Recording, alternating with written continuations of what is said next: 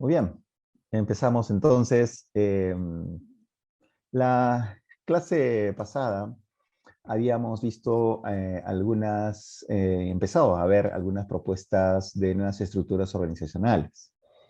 Aquí lo que estábamos buscando era de que hoy en día las organizaciones eh, tienen una serie de encargos, una serie de enfoques en la gestión y que, digamos, ya esta estructura tradicional, orgánica, que establece, por ejemplo, el reglamento del ROF, por ejemplo, de los lineamientos del ROF, ya no sirven, ya no nos ayudan a poder gestionar estas nuevas proyectos, estas nuevas ideas, ¿no? Y así es que nosotros como recursos humanos tenemos que estar a la vanguardia y proponer una nueva organización para enfrentar justamente estos nuevos retos, ¿no? Y habíamos empezado analizando cada una de estas propuestas. Les he traído de tres instancias, tres maneras de organizarse. Por ejemplo, en el tema de gestión de proyectos, aquellas organizaciones que tienen encargos de gestionar proyectos. Tienes otra organización relacionada a la gestión de riesgos, por ejemplo, y otra orientada a la gestión de la cadena de suministro, ¿no? Son, digamos, tipos de organizaciones que ayudan bastante a mejorar y nosotros tenemos que proponer estas nuevas estructuras. En el caso de proyectos habíamos visto lo que implicaba un proyecto, qué cosa es un proyecto y eso tenemos que entenderlo. Es decir, estos nuevos encargos hay que entenderlos de qué trata, qué me pide, por ejemplo, en este caso gestionar proyectos, cerrar una brecha. Ok, necesito un encargo puntual de cerrar una brecha y tengo restricciones, tiempo, costo y alcance. Por lo tanto, entonces una organización tiene que ser lo suficientemente flexible como para que me brinde digamos, puede ayudarme a gestionar con estas restricciones, ¿no? Era importante también, si estamos hablando de proyectos, conocer la vida de un proyecto. Aquí hemos visto cuál es esa vida, el ciclo de vida del proyecto, del inicio, la planificación, la ejecución y cierre. Es decir, que necesitamos un grupo de personas que esté en constante interacción en estas etapas. Entonces hay que ir pensando cómo diseñamos nuestra organización tradicional de direcciones, unidades orgánicas, en algo que de repente es transversal, porque un proyecto a veces es transversal a veces a las organizaciones, ¿eh? El monitoreo y control. Así es que hay que diseñar todo este funcionamiento de manera de la estructura. Habíamos visto una serie de estructuras, digamos, matriciales sobre todo, y habíamos visto sus ventajas y sus desventajas, ¿no? En algunos casos, la ventaja era pues de que te ahorrabas costos porque sacabas al mismo personal que ya está en la entidad, pero sus grandes desventajas es por el lado pues que hay dos jefes, no hay un project manager visible, ¿no? Entonces, habían bastantes problemas de comunicación y por eso es que la gestión de proyectos no funciona en las entidades públicas, no se tuvo que tener estas estructuras rígidas. Habíamos planteado entonces una estructura proyectizada como la que está ahí en pantalla, sobre la base de una estructura tradicional. Lo que hacíamos era pues incluir ya toda una área de dirección de proyectos. Estas áreas de direcciones de proyectos tranquilamente pueden hacerse con recursos CAS, no se requiere, digamos, cambiar la estructura orgánica, simplemente un equipo CAS que reporte directamente a la alta dirección para que tenga ese peso de coordinación con las demás direcciones funcionales. Por cada proyecto que tengamos, puede hacerse toda esta estructura. El personal tiene que ser ad hoc, no jalar de otras áreas porque vienen estos problemas de comunicación, ¿no? En otras palabras, los recursos están justamente en el proyecto, ¿no? Ahí están sus ventajas que vimos, desventajas también, no cabe duda. Una gestión de proyectos eficiente, que es lo que se busca, máxima dedicación al proyecto, autoridad del project manager, ¿no? De todas maneras, las desventajas existen, pero dentro de las diferentes estructuras, y como no podemos cambiar tan fácil una estructura de una organización pública, hemos visto al final el balance, ¿no? Que era este cuadro, y vemos pues que una estructura proyectizada tiene mayor relevancia en términos de autoridad, en términos de disponibilidad de recursos, en términos de control de presupuesto, en temas de dedicación, ¿no? Así es que realmente esta manera de organizarse es importante. ¿Qué necesitan ustedes como área de recursos humanos para hacer esto? Bueno, obviamente tienen que conocer la gestión de proyectos. Oye, pero yo soy recursos humanos, pero tienes que conocer. Tienes que conocer los nuevos instrumentos que se están dando en las organizaciones, con qué instrumentos, qué metodología se trabaja para que tú tengas justamente esa visión estratégica de proponer estos cambios para que tu organización pueda lograr sus objetivos. Aquí no hay de que ese es un tema que no conozco, son temas de tecnología, temas legales, eso no es mi tema, no. Bien, sigamos. Entonces, les comentaba pues de que era importante que ustedes como área de recursos humanos conozcan de estas estructuras, estas maneras de poder enfocar la gestión conociendo estas metodologías, ¿no?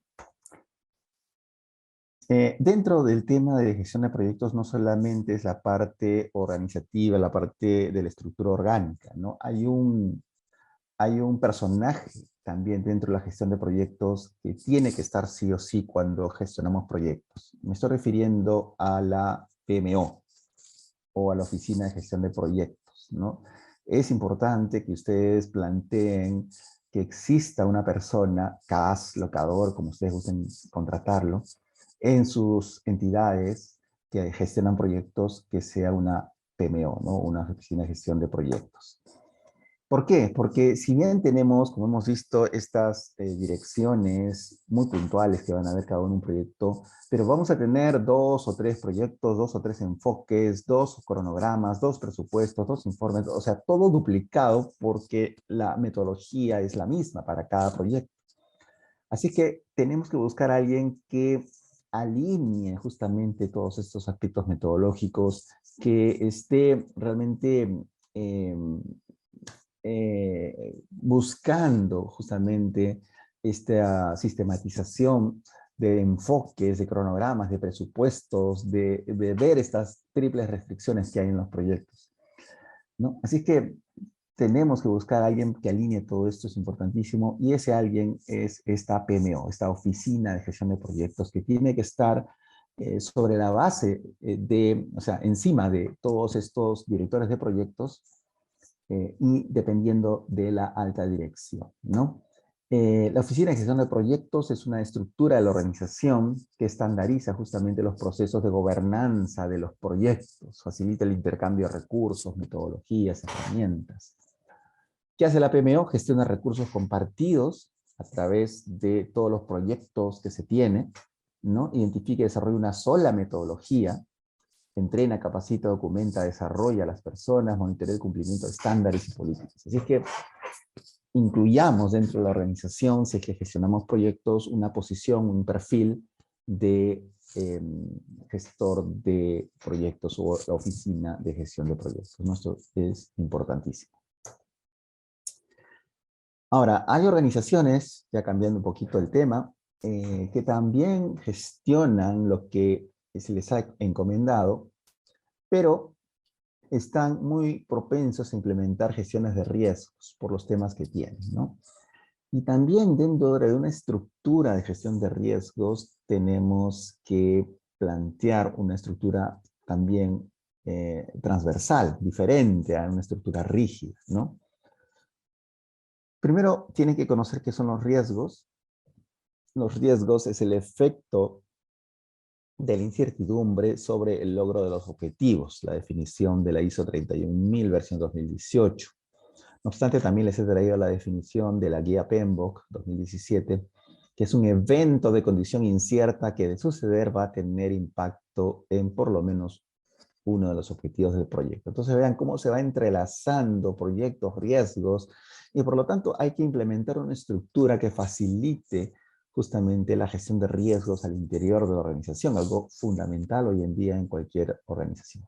Una estructura rígida como la que tenemos no contempla estos nuevos estructuras, estas nuevas maneras de gobernanza de la organización modernos, que son proyectos, que son riesgos, ¿no? Y aquí aparece dentro de la gestión de riesgos, así como hay la PMO en proyectos, aquí hay el CRO, el Chief Risk Officer, ¿no? O el oficial de, o el gerente o el oficial de gestión de riesgos, ¿no?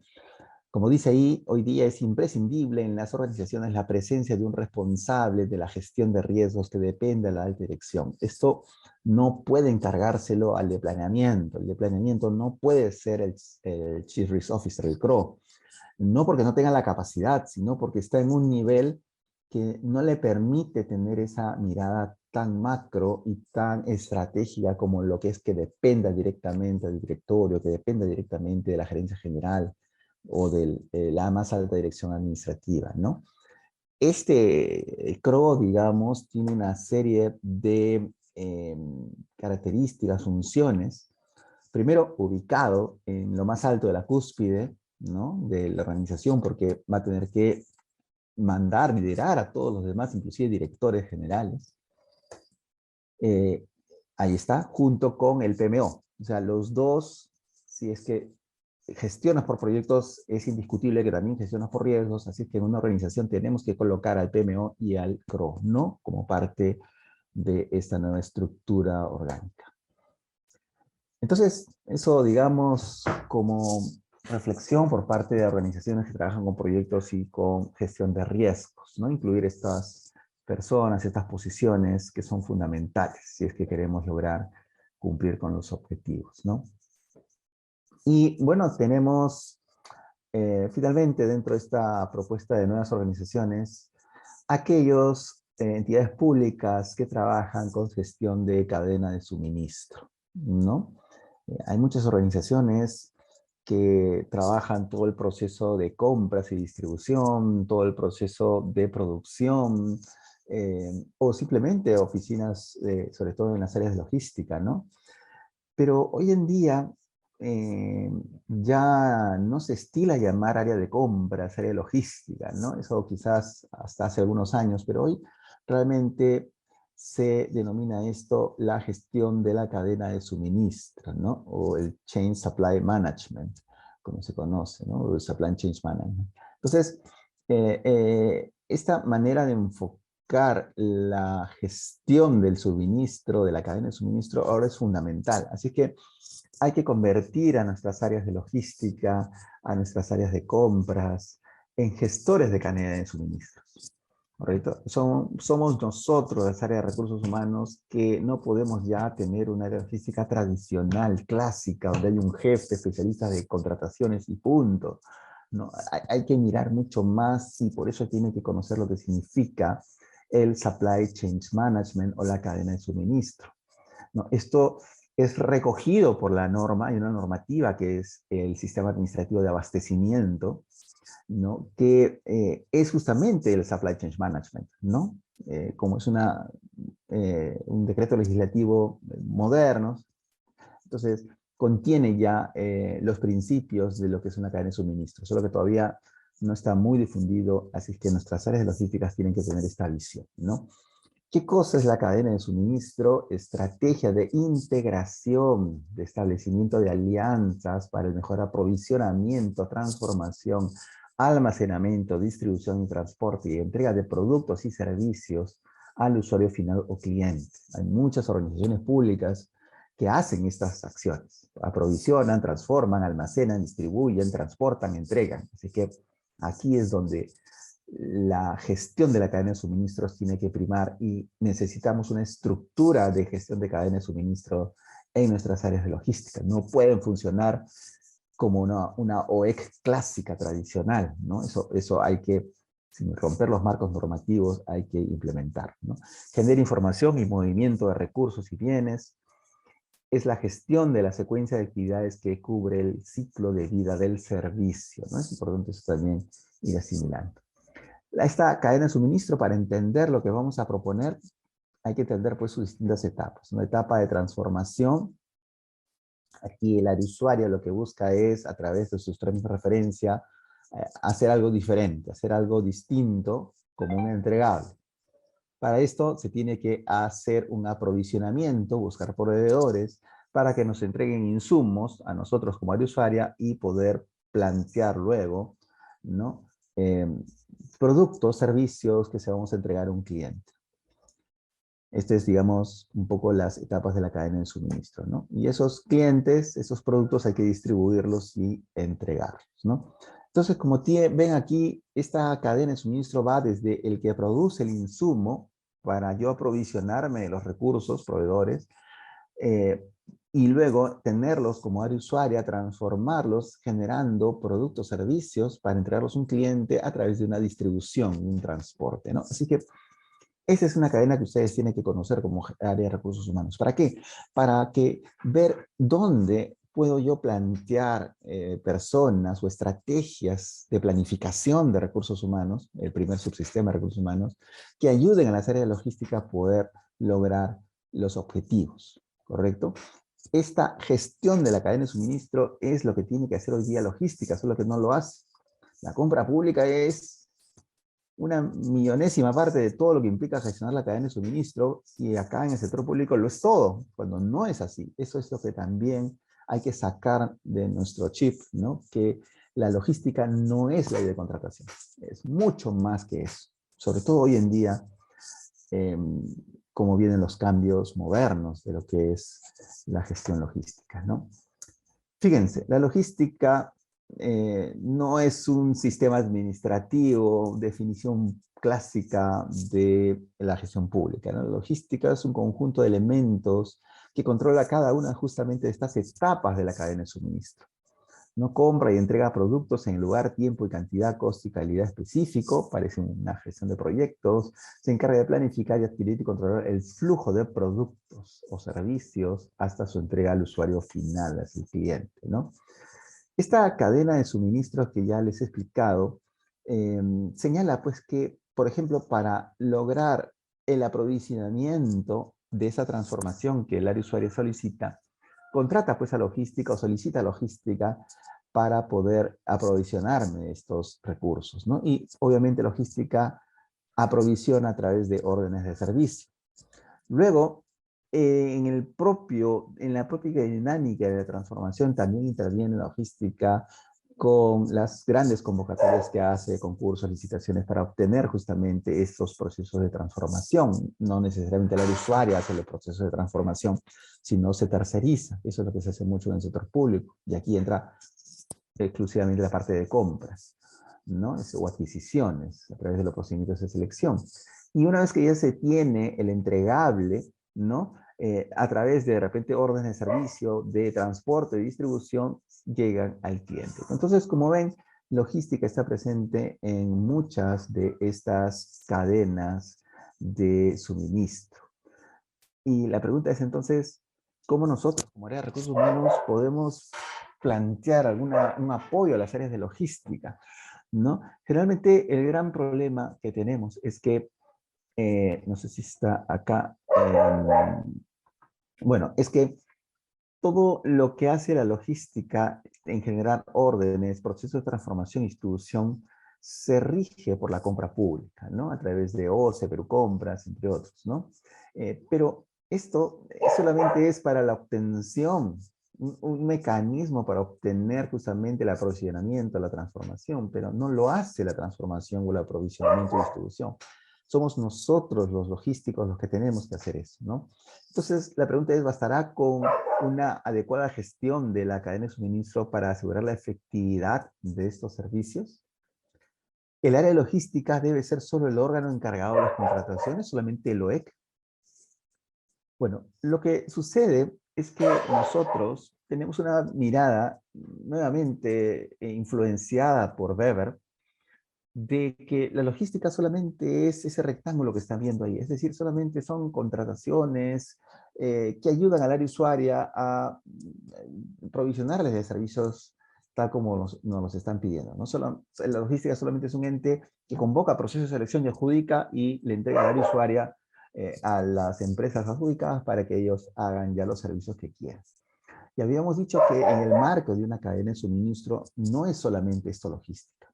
Entonces ustedes como área de recursos humanos tienen que decirle al logístico, oye, tu mirada es otra ahora, ¿no?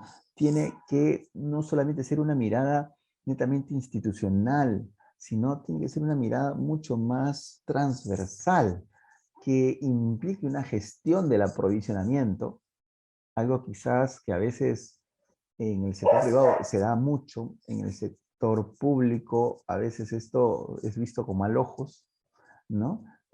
Pero tenemos también que saber gestionar el aprovisionamiento y también, ¿por qué no?, la parte de la distribución y transporte, ¿no? Entonces, la nueva mirada del área logística no puede ser vertical, como hemos dicho, sino transversal, una mirada de cadena, de suministro, una mirada transversal a lo que nosotros estamos señalando. El nuevo rol entonces de logística es gestionar la cadena de suministro. No se olviden, por favor, de este nuevo rol, generando pues compromisos de proveedores, generando compromisos de los clientes que están justamente en cada eslabón de la cadena